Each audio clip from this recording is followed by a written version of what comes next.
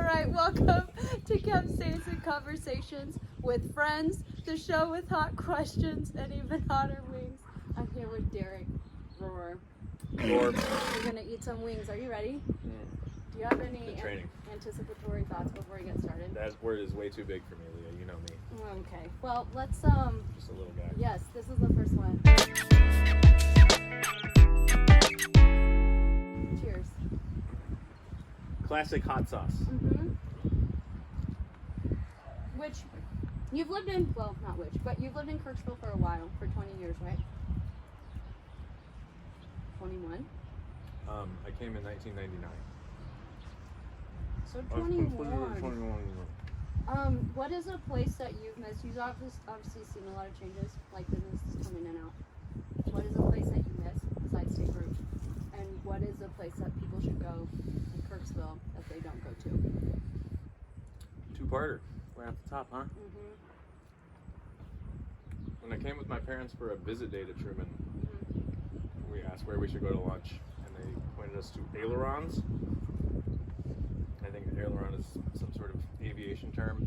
It was an airplane-themed place. They had potato soup, a burger deal for a while. We used to do like Boys Accountability there, and a bunch of other stuff. It's down by the Holiday Inn, and in 1999 it was ailerons for a few more years, and then it's been 5 things since then, including nothing for the last 6 years maybe. What was it before? It was a Salamander Grill, like a Cajun place. Salamander Grill? It was an Italian place. It was something else. I used to deliver pizzas to the motel right next to it for a long time. Ailerons, I don't really miss it that much. I went there a couple times. Take Root has my whole heart, but I miss all of it. There's nowhere to get ice cream on the west of Baltimore, which is the tragedy. Pickle's Famous used to have ice cream. Oh, yes. There used to be Crumbles and Cream. The Euros place was Crumbles and Cream, an ice cream place. Before Sushi, which was after Pizza Hut. We used to have 3 Pizza Huts in this town. But now we just have 1. Or is there 2? Is the south one closed? 1. I want to say the south one is closed. The people say 1. I'm phoning a friend. Yep. It was nice to have ice cream on that side of town. Well, and there was Truyo. My kids missed that. I don't know. I don't really care about Truyo. But what about the Talking place? about caffeine fix? No. Bellacino's, their ice cream. East side of Baltimore, though. When you cross Baltimore, You're right. it's treacherous. Sometimes they're never It's like the Oregon Trail. Later. So what's a place that people should go to now that they don't go to? I don't want to keep telling people to go to my cemetery because pretty soon it's going to get crowded and overrun. Not that one. Stay away! It's my cemetery. Okay. Somewhere in Kirksville they should go that they don't. Is the answer to that is I mean the basement in Woody's has foosball tables and pool tables, and every time I've been there to play foosball, no one else has ever been down there. Sure, so that's what I do. Are you ready for the next one? Am I? Okay, cool. This is Chipotle habanero. This is like the fourth one that they usually use when they do 10 wings. They do 10 wings? Yeah, they do. So there's some big jumps in here. Okay, we're still in the first half. Okay, yeah. I'm not scared. When you started out as a campus minister, you weren't like the head person, you were just men's minister.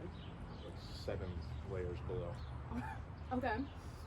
Did you think much about how, like, your influence on people at that time, like when you first started? Was that something that you thought about a lot? No. Okay. Has this changed at all from now to then?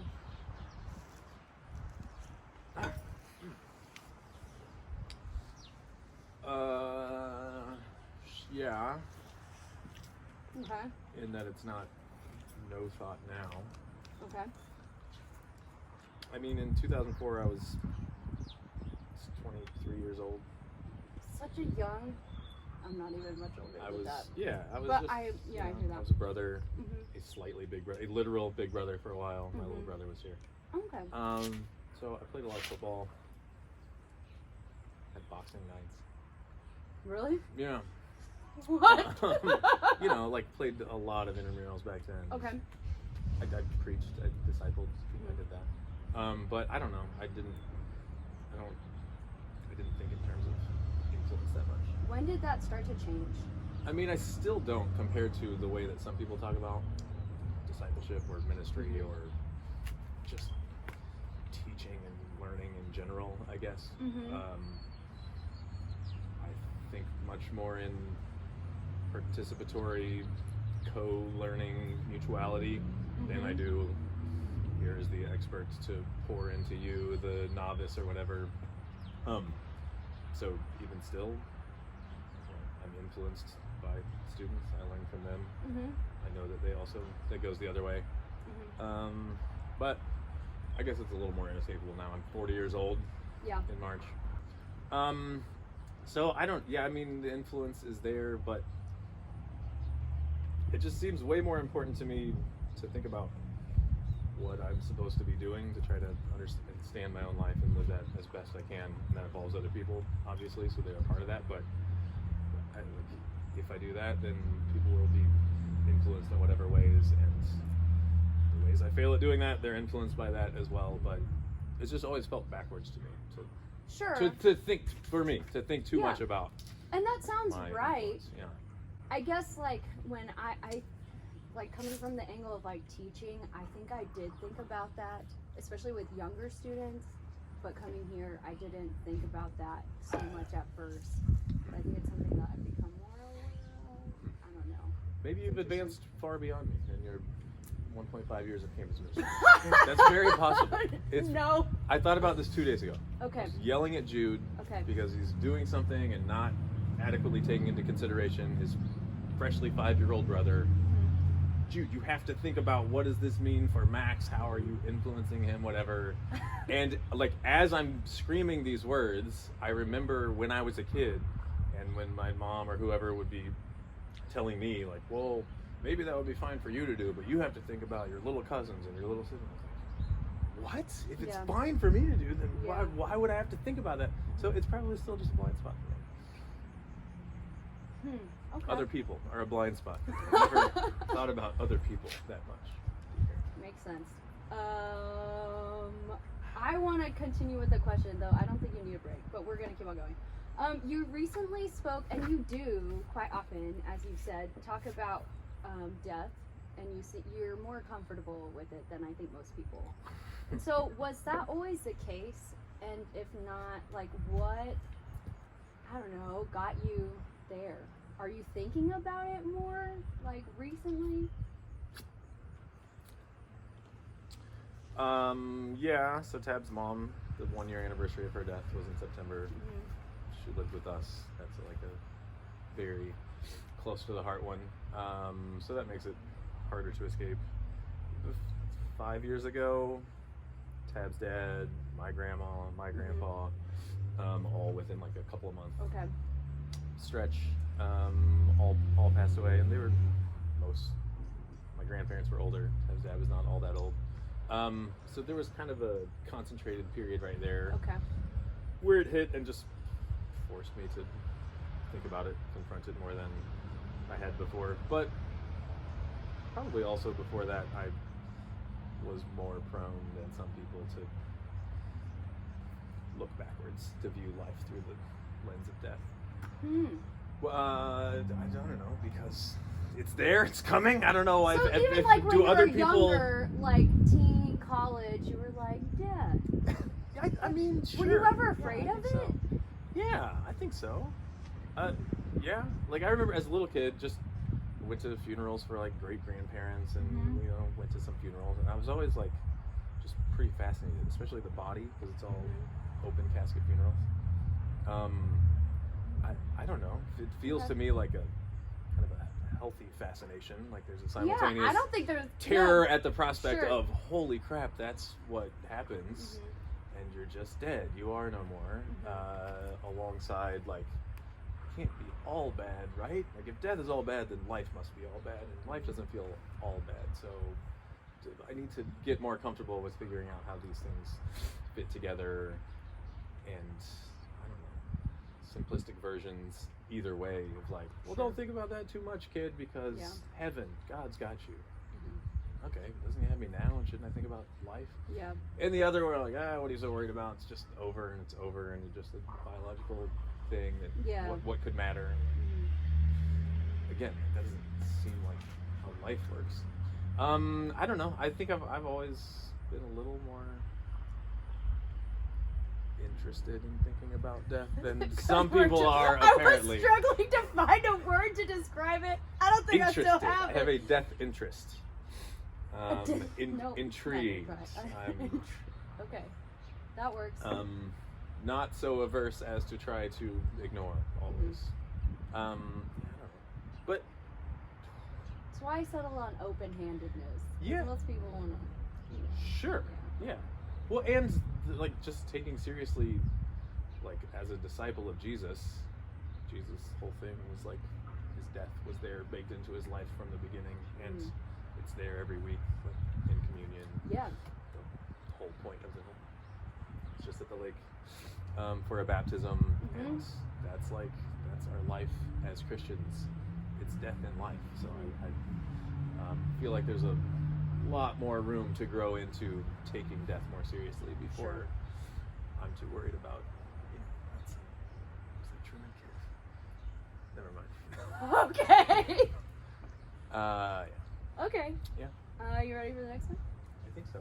Thomas Lynch, though, that has I guess reading him the last year, he's the Undertaker poet guy. Yes. And so his stuff all very explicitly weaves death into his essays and poetry and whatever. So that has been fresher in my mind reading his stuff. Okay. So and I half live at a cemetery, so I guess that gives me a leg up. Did you start going to the cemetery then, like at this time of many deaths, or was it before then? No, before then. Okay. I think it's been a pretty steady, from left to right. It's been a pretty steady uptick. But no, I started going a long time ago. Okay. You ready for the next one? Am I? Okay. We're not done talking about death though, so get ready. Los Calientes. This is my favorite. Number 7. 5. That's split in the middle. Okay. Oh. It's sweet and Tabasco, which I like. But, a little smoky. Maybe that's the grill job. We have a great grill master, Komar. Oh, wow. You mentioned Charlene, and you've talked about her a little bit in the past year, of course. But I wonder, because I only met her, I think, like one time. No way. Yeah. I remember last summer, actually. Really? There was something at the dance. She Anyway. was already sick when you came here. And then It's when they got back from Spain. She came over for that, and we sat out back and had appetizers. Yes. Right? Yeah. And so I would love to hear a story that you have that captures like your relationship to her. I know there are probably many, but great requests. Let's see. So I've been in Kirksville for 21 years, and I was already knowing Charlene for a couple of years before that. Tab and I started dating in high school. Started going over to her house some for FCA and physics study groups and whatnot when we were like, I guess juniors, sophomores, juniors. So back in the 90s when I first met Charlene, she's deaf, so there's a communication barrier. She's actually really good at reading lips. She can speak really well for a deaf person, so that helps bridge the gap there. When she was a kid, she didn't learn how to sign until she was 19 when she went to college. So this is back in the 70s, 60s, 70s. They would tie her hands behind her back for speech therapy, so she was like forced to learn to read lips really well and forced to learn how to speak really well, because it was like she went to a mainstream public school as a totally deaf person. from the start. From the start, yeah, all the way. She went to a deaf college, and Okay. all the way up through there. She was just out of school. So she could communicate pretty well for a deaf person. In high school, when Tab and I started dating, whenever we would leave to go on a date, she would always say no. That sounds like my mom. So I learned that sign, and It's not the first one. still waiting for our first kiss because I've just been too scared since then.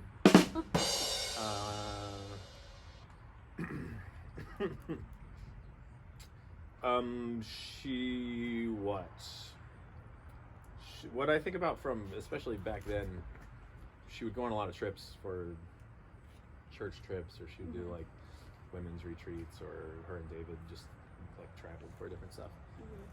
Anytime they got back, they could be gone for a 10-day trip, and when you sit down to like ask, oh, how was it, your conference, she would start from the beginning, and she would go through every single meal. Like, well, we stopped at Freddy's on the way before we even got out of town, and then once we got there that night, it was kind of late, but we had dinner. They had made fried chicken, and we do it. And she would like literally every meal for the entire trip, which always struck me as very strange.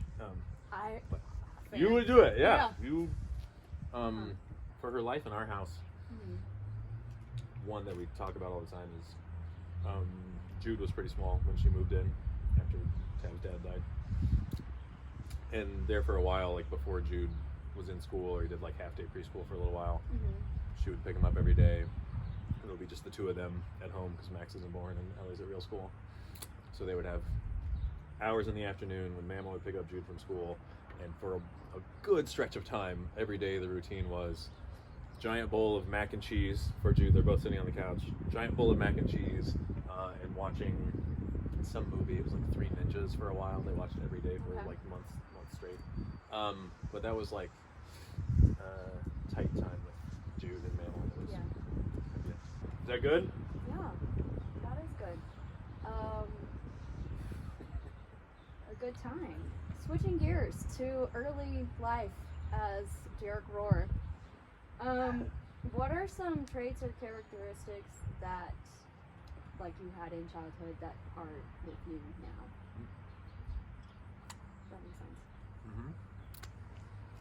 Or even mannerisms.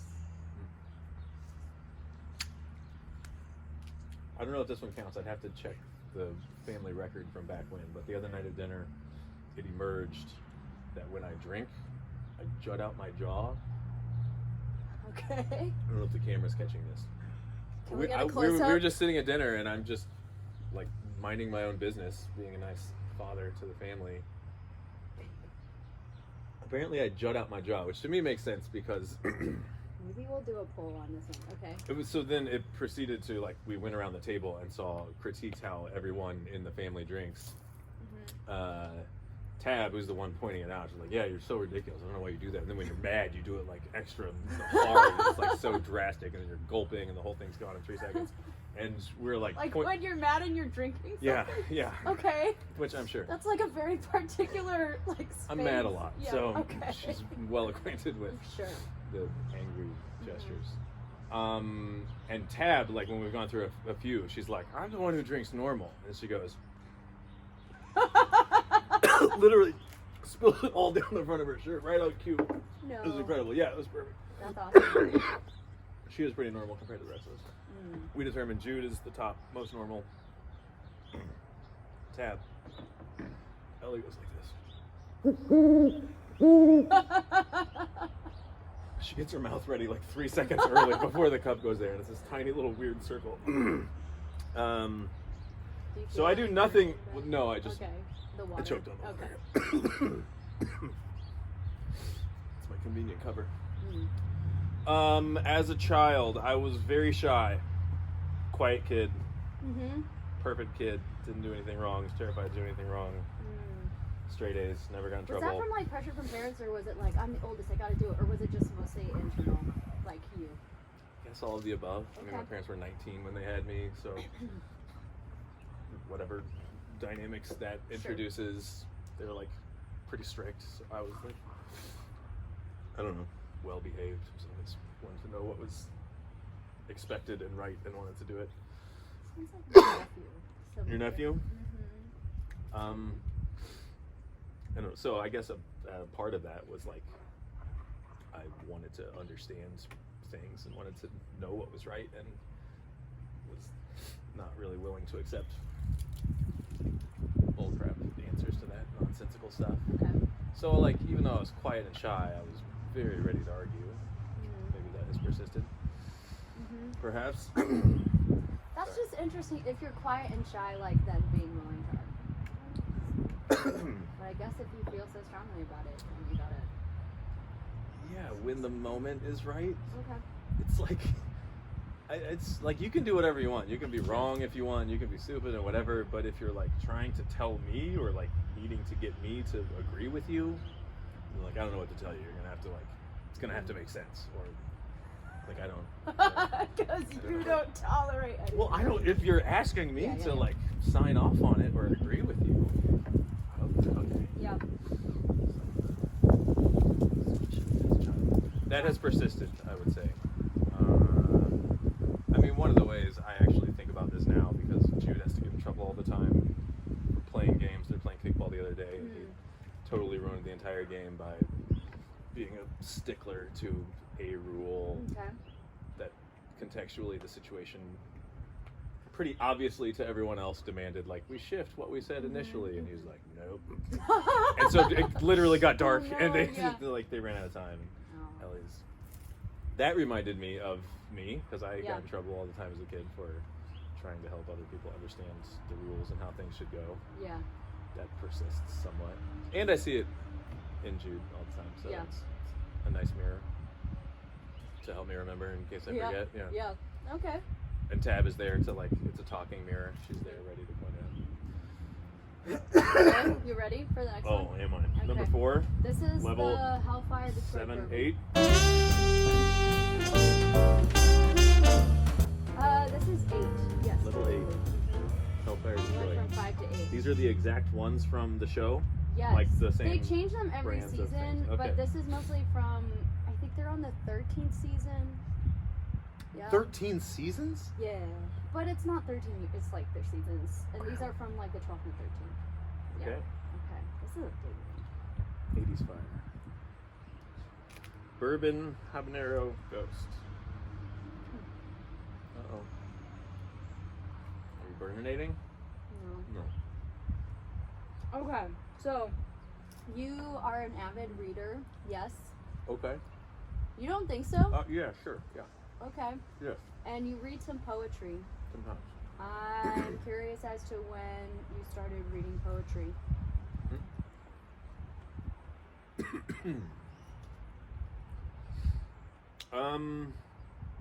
The thing in my mind, in my mental memoir, actually, I'd have to look up what year it was. We preached Isaiah one time back when Belzer was still here, I think.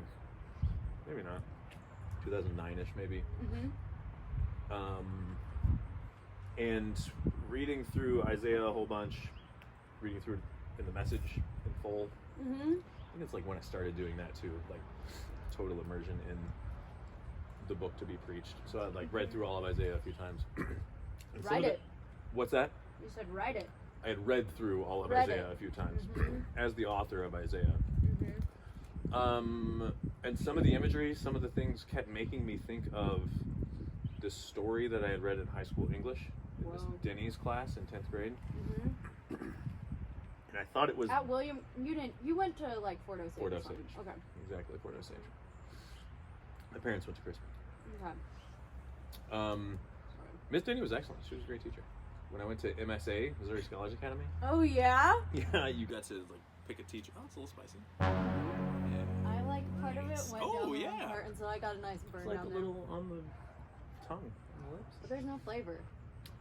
In my opinion, there's No, very little to me. It's all especially spicy. with a tagline of bourbon habanero. I know, sad. Maybe I should have soaked them longer. Anyway, No, Denny's it's class a little spicy. Miss Denny. reminded of something. From the MSA Missouri Scholars Academy, she was the teacher that I like picked to come down for a night at Missouri Scholars Academy. She was great. I thought what I was remembering from that class was reading The Wasteland. Okay. And so I went to Pickler to dig up The Wasteland and just compare notes, get some context on Isaiah. Started reading The Wasteland, and partway through realized this is not what I was thinking of. This is not the story that I had in my mind that was reminding me of it. This is wrong. Okay. Although I was like kind of hooked a little bit by The Wasteland, which I believe is I think it's just Wasteland by T.S. Eliot. And so I read through it, and I was like kind of intrigued. I was like, this is not what I was looking for, what I was thinking of. But I had remembered seeing something pairing Wasteland with the Four Quartets, these other poems by T.S. Eliot. Yes. And so then I just looked up the Four Quartets, read through them, was stopped dead in my tracks. Wait, how old were you? I would have to look it up. Whenever we preached Isaiah, I'm gonna Okay. say 2009. Okay. Ellie was small. Like Yeah. 11 years ago. Yeah, so probably Okay. there. And ever since I read the 4 quartets for the first time, they have been my favorite combination of words in the English language. Wow. I've like visited and revisited and just pulled yesterday, typed lines from it into a chat in class because the word scry appeared, which I had to look up because it appears in there. That was the hook. T.S. Eliot, the quartets, that's the hook into poetry. And What then there was a about slow development from there into just other poetry and realizing like I had always been, give me math and give me like straightforward explanation. And Okay. I think as I grew up and saw that the world was a little more complex and not as straight lined as I had hoped. Sure. The poetry and other just good writing gave a language that matched that a lot better than that matched it a lot better than like the stupid version of apologetics or the oversimplified version of like that stuff. I can't do that. So Okay. I just got hooked deeper and deeper and deeper, and then started meeting students like Alan Smith comes to mind, you know, as a more recent one, but students who were into that. I actually started LPS, the Living Poets Society. Yes. Yeah, maybe it's before 09, because Josh Huber he's back there a ways. He was like an early LPSer. Okay. So it's been like probably exponentially from a beginning then to I read a lot of it now. Okay. Yeah. Yeah, that just like reminds me back to like in talking about influence. I think that is a way in which like you sharing the things that you love or just like doing that alongside students like is a big when you invite them into that. It all makes sense. I mean, and that's part of like your influence on me too with that. Oh wow. The Franz Wright night. Man, what a time. That whole year. Anyway, it's time for last wing. Oh no. And you have Did we get a extra lot. sauce? You have a lot of meat if you're gonna. I'm not scared. Wow, look at how clean this is. Is anybody getting this? He's eating it all. They do My something. sister would be disappointed. She would clean it a lot. Really? So my dad eats all of it. It's so Yeah. gross. She pulls it through her teeth like her teeth are a strainer getting all the meat out. She would be so disappointed. Gross. They do something called the last dab. Mm. And it's just an extra dab of this. Dabbity triple doodah. X. You do it. Ooh, you're that? just Like getting that? it all Is that out too there. much? Yep. I'm not scared. Okay. This is it. Wow. Cheers. To the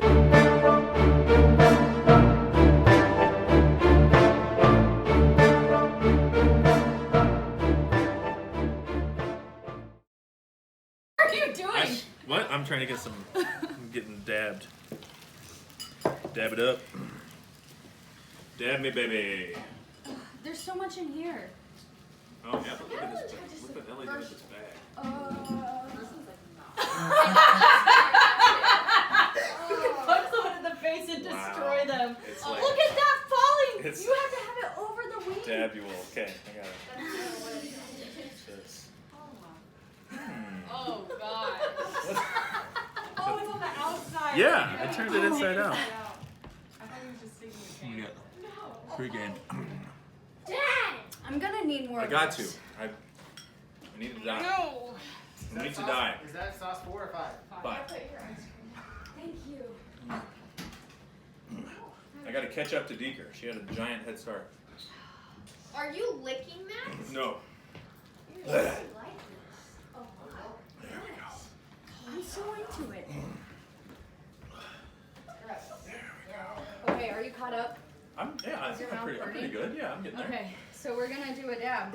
Okay. Are you keeping that on? Please keep it on. I'm thinking about keeping it on.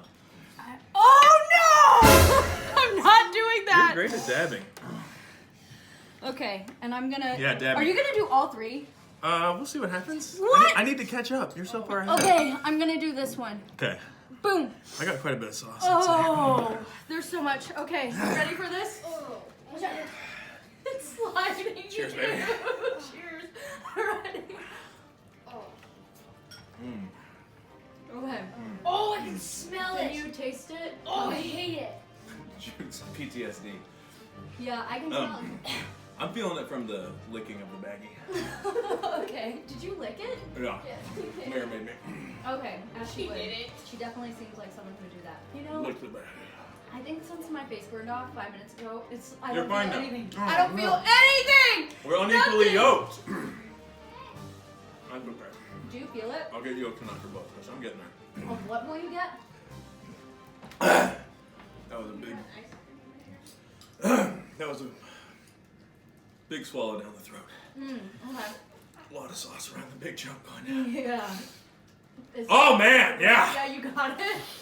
Now that I have you, I'll Caught up. ask you a question. Oh, I should take my sweatshirt off. Caught up. Okay. Okay, yes, Deeks. Yeah. What's something that you've read or listened to recently that you've been really into? Oh my goodness. Well, I've been fiendishly imbibing the Booyah 20th anniversary virtual Oh yeah, yeah. celebration posts. Oh man, I'm lightheaded. Oh, that's happening tonight. Tonight is Booyah. Yeah. It's the You ate that all very fast. wow. I feel nothing. I feel a lot. Uh-huh. Except for my lips. They shifted it to 9 p.m. Friday. I'm lightheaded from 11 p.m. Tuesday Do you need to drink? to accommodate the parent schedule. Oh my goodness. Accommodate the parent schedule. Yeah. Oh, my arms are numb. Is your My arms are numb. I thought you said my heart is numb. I was like, oh Oh my no. goodness, my arms are numb. Oh, I used to get lightheaded a lot. Oh my goodness, one time I gave blood. At the end of the day, I worked at Barber Concrete. It was like 110 degrees. How I had to old be were in you? all. I was in college in the Okay. summer. My hands are shaking. like I'm being electrocuted. That's what my hands feel like. Why is that happening? Are you having? I worked at Barber Uh-huh. Concrete all day. It was like my first week there. It was 110 degrees. Indoor prefab concrete. And then I went straight. I didn't take a drink break because I'm like a hardcore Like Protestant. drinks? Yeah, I never drink water all day. And then I went straight to the Presbyterian church to give blood. I gave blood and then I just passed out. I think it's coming. Oh my I goodness. spoke too soon. Is it getting you? Following behind Is you. it getting you? It's like the bottom of my mouth. That was so dumb. I was so prideful. I've been learning a lot about pride and I should have quit. If you need to lick this, Nope, I'm not. my hands feel like I'm being electrocuted. This is incredible. So you didn't take a drink break. I've been Yeah, reading don't when I take got my yours. ears pierced. Okay. Why not tattoos when I was 20? Nuh-uh. Okay. They got the big gauge needles, Uh-huh. like a railroad spike, Mm-hmm. and it just slowly pushes it in there. It feels so weird. It doesn't hurt that much. Should just get them pierced? Yeah, it didn't hurt that much, but it was just the phenomenon was so weird. It was like my ear was like super dense. What do you call that stuff? What's the stuff that's really bad for the environment? That's white that comes in boxes. What? Styrofoam? Styrofoam. Like super dense styrofoam. Uh-huh. Oh, my arms are back. And it was like 8 inches long, just being shoved up there. That's a long needle or thing. Yeah, and I just turned black and my face Really? turned white. My eyes got black, my face got white. This is reminiscent of that. The dude had to bring a Dr. Pepper out and put it on my. Don't wash your face. Good idea. Okay. I'll wash my Do face. you need ice cream? No way. My head just stopped ringing. My arms aren't buzzing. I'm back. Okay, good. I listened to, Cultivated podcast. Cultivated. Jesse Ray, Yeah. Kinsey, turned me on to Mike Cosper at Cultivated. He has a lot of awesome guests. He had one. I had Jamie K.A. Smith on there, and he's talking about. He wrote a book. The love. No, just go on. Yeah, You Are What You Love. The guy who talked last semester, he came, what's his name? He's Anglican. Kyle Esch. Kyle Esch, yeah. Yep, Desiring the Kingdom. Yes. You Are What You Love. On the Road with St. Augustine. Yes. All those books. Jamie K.A. Smith. He wrote a book called How Not to Be Secular. Okay. That's just the Cliff's Notes of a giant 1,000-page academic treatise by Charles Taylor on the secular age. It's on my bookshelf. I'm gonna read it at some point. How big is the book? Why are you still going? Oh, I got a lot. Oh man. I had to flip back to Jamie K. Smith. Reading a lot of Booyah stories, actually. Stories of deconversion. Yes. Got me thinking about a secular age, and he poses the question, what are the background conditions? How do we go from a world in the Middle Ages in which the default is to be Christian, the culture is Christian, that's the basic story that people see themselves in, however serious they are about it or not, in the Middle Ages, Okay. Europe. How do we go 500 years later where the default conditions have changed such that ours is a secular age where now the defense has to be made to, like, why would you be a Christian? Why does that story make sense? And the secular one is the default. It seems right. The right questions to ask. Okay. Thanks, Jamie. Thanks, Ash. Thanks, J. Ray. Thanks to all of them. My eyes are open. Are You you feel fine? I had a few seconds where I was like, ooh, I spoke too soon, but it's not going away. It's still there. I'm just gonna keep on drinking this. Ellie, can I have that ice cream, please, actually? Yeah. Are you gonna eat the third one? I don't think so. Yeah, it's good to stop. I'm not Briggs. I have to You give up. got so much. Am I gonna get to keep like that glass? Freddy Like, do I need Krueger. to throw it away? When you put it in the just crush dishwasher, it's it? gonna bake. I don't have a dishwasher. You can smash it. Take some pistachio, please. I East just Coast, if you got it. I just think that the remnants of the sauce are just gonna somehow stay on the glass. It's probable. Oh, I have a baby spoon. I love it. Are you? You guys feel better? My lips. Ugh. Jude dying? He looks so tired. You look like Rocky. Did the ice cream help? Yeah. Oh, And I did Deeks, this what a great first. project. Capsaicin. Capsaicin.